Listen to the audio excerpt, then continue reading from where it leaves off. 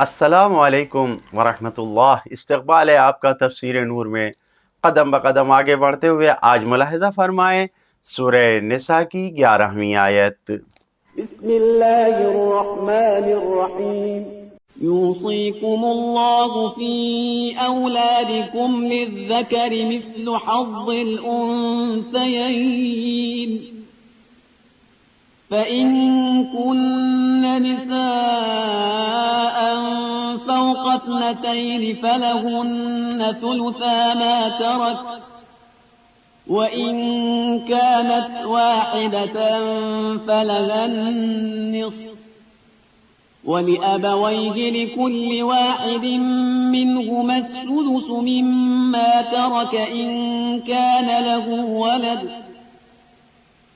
فَإِن لَّمْ يَكُن لَّهُ وَلَدٌ وَوَرِثَهُ أَبَوَاهُ فَلِأُمِّهِ الثُّلُثُ فَإِن كَانَ لَهُ إِخْوَةٌ فَلِأُمِّهِ السُّدُسُ مِن بَعْدِ وَصِيَّةٍ يُوصِي بِهَا أَوْ دَيْنٍ آباؤكم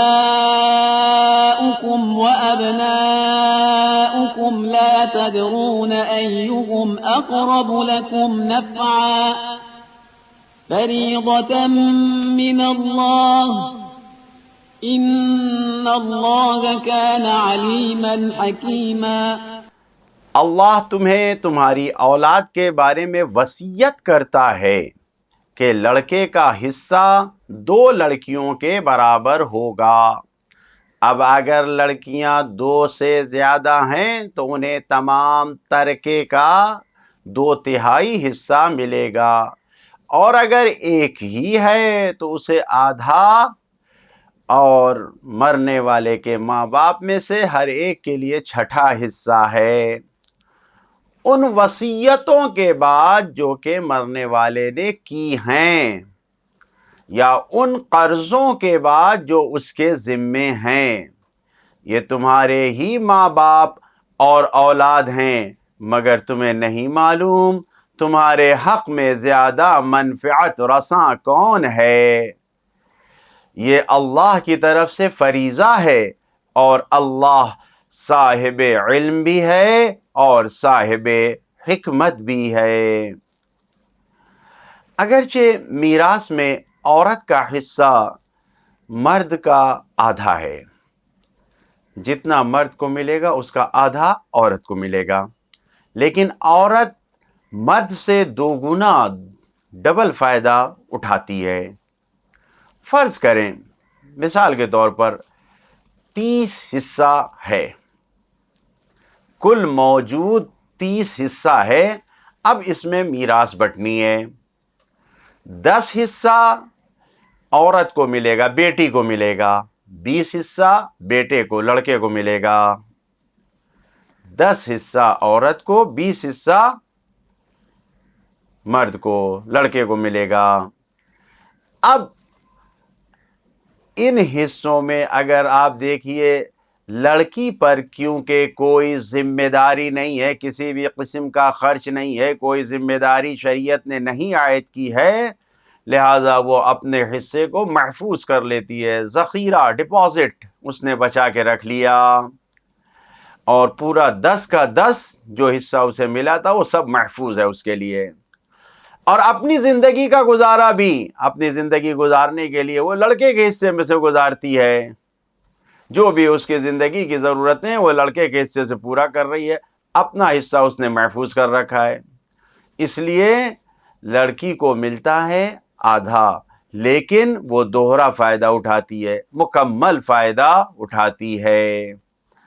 فرزند رسول حضرت امام محمد تقی علیہ السلام، امام جواد سے یہ حدیث نقل ہوئی ہے کہ عورت کے ذمے نہ ہی اپنی ذاتی زندگی کے لیے اور نہ ہی سماجی اور معاشرتی زندگی میں کسی قسم کا کوئی خرچ نہیں رکھا گیا ہے، اس کے اوپر کوئی بھی خرچ کی ذمہ داری عورت پر نہیں ڈالی گئی ہے۔ اپنی شادی کے وقت وہ مہر وصول کرتی ہے، اس کو مہر ادا کیا جاتا ہے، جبکہ مرد مہر کی رقم بھی دیتا ہے، مہر ادا بھی کرتا ہے، اور مہر دینے کے ساتھ ساتھ وہ شادی کے خرچ کو بھی ادا کرتا ہے، پورا کرتا ہے۔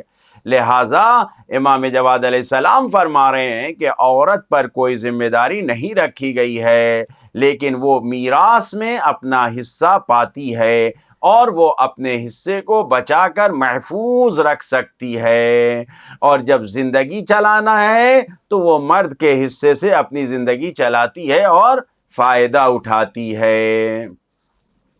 چنانچہ میراث کے احکام کو توریت میں بھی بیان کیا گیا ہے، یعنی خداوند عالم نے میراث کے احکام کی اہمیت دی گئی ہے، تمام شریعتوں میں میراث کے حصے کو بیان کیا گیا ہے۔ جناب موسیٰ کی کتاب، آسمانی کتاب جو توریت ہے، اس توریت میں بھی جناب موسیٰ کے پاس آئی ہے، سارے میراث کے جزئی چھوٹے احکام بیان کیے گئے ہیں۔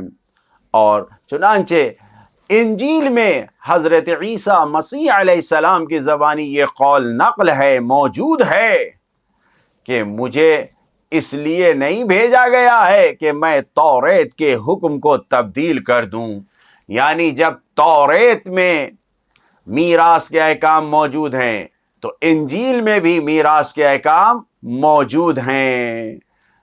تمام شریعتوں میں خداوند عالم نے میراث کے احکام کو رکھا ہے۔ چنانچہ دور جاہلیت میں جب عرب جہالت کے دور میں زندگی گزار رہے تھے، اس دور جاہلیت میں عربوں نے اپنا ایک وطیرہ بنا رکھا تھا۔ ان کی زندگی کا دستور یہ تھا کہ نہ وہ عورتوں کو ہی اور نہ ہی بچوں کو، کسی کو بھی وہ میراث نہیں دیتے تھے، صرف مردوں میں میراث بانٹتے تھے، عورتوں اور بچوں کا کوئی حق ان کے لیے نہیں تھا۔ یہ دین مبین اسلام نے اس دور جہالت کے قانون کا خاتمہ کر کے اسلام نے بچوں کے لیے بھی میراث کا حق معین کیا ہے، اور عورتوں کے لیے بھی میراث کا حق معین کیا ہے۔ مکمل طریقے سے بچوں کے لیے، بیوی کے لیے، سب کی ضرورتوں کے مطابق مناسب حق معین کیا گیا ہے، میراث کا حق ادا کیا گیا ہے۔ اس آیت میں اور بھی کچھ باتیں ہیں اور کچھ پیغامات ہیں، انشاءاللہ آئندہ پروگرام میں سورہ نساء کی 11ویں آیت کا بقیہ حصہ آپ کی خدمت میں عرض کریں گے۔ خداوند عالم سے دعا کرتے ہیں ہم سب کو احکام قرآنی پر عمل کرنے کی توفیق عطا فرمائے۔ والسلام علیکم ورحمۃ اللہ وبرکاتہ۔